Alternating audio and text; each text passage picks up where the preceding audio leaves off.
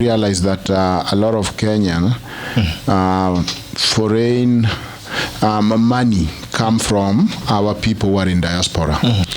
They're really big part of this economy, actually growing and growing, and even with this phase of corona, they have not disappointed. So Kenya received a lot of money from their children that are abroad.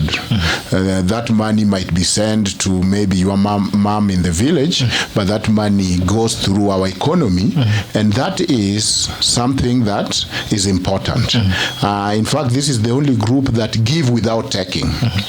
Everybody else give and take with another hand. We get loans, we pay with interest that are crazy.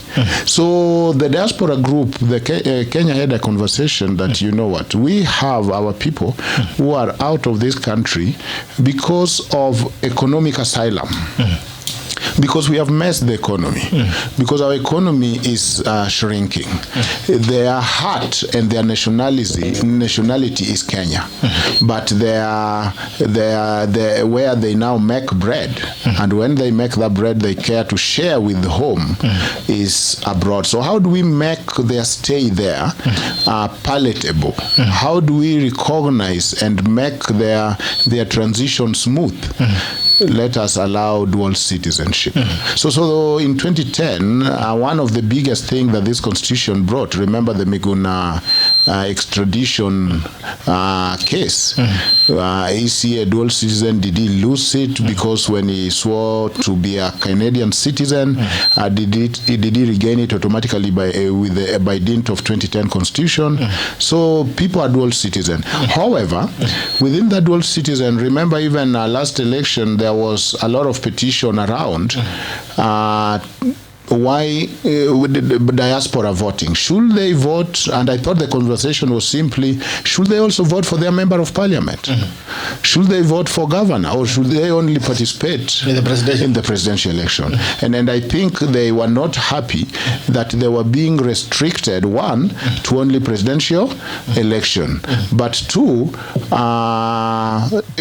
in a country that is as expansive as America, which is a continent actually, will it make sense if you say that right can only be exercised if you show up in Washington, D.C., where the embassy of Kenya is, and you come from the tip of North Carolina is not far. You come from Texas, a journey of 2 days.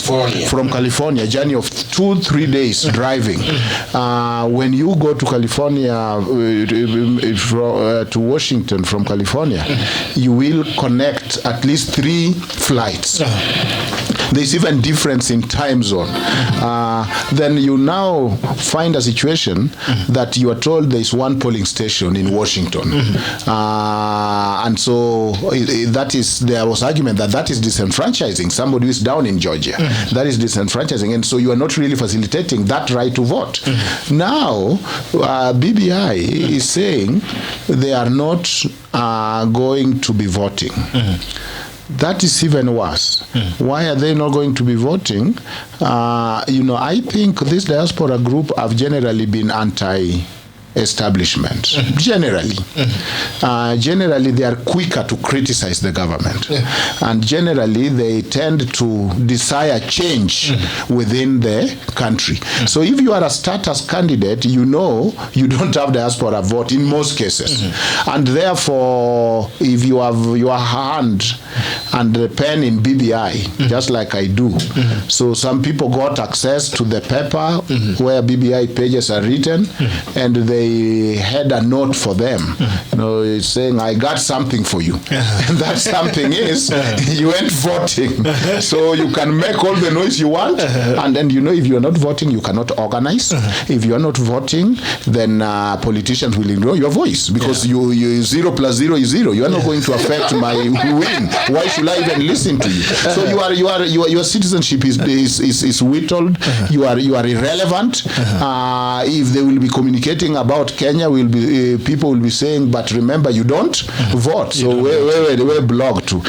So it has really impaired that right. Yet, whenever our president and our leaders go to diaspora, they look to meet Kenyans in India, Kenyans in Australia.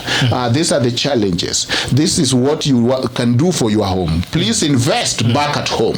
And they do that, and they hear that. You know, right now, if you call KCB line, they will tell you, are you calling from Diaspora? By the way, hint, if you take that Diaspora line, they don't verify, and you get to be served very fast. Wow. But then here is a country that still archaic in terms of how they even renew their passport. That sometime it's not done in the embassy, it must come back to Kenya.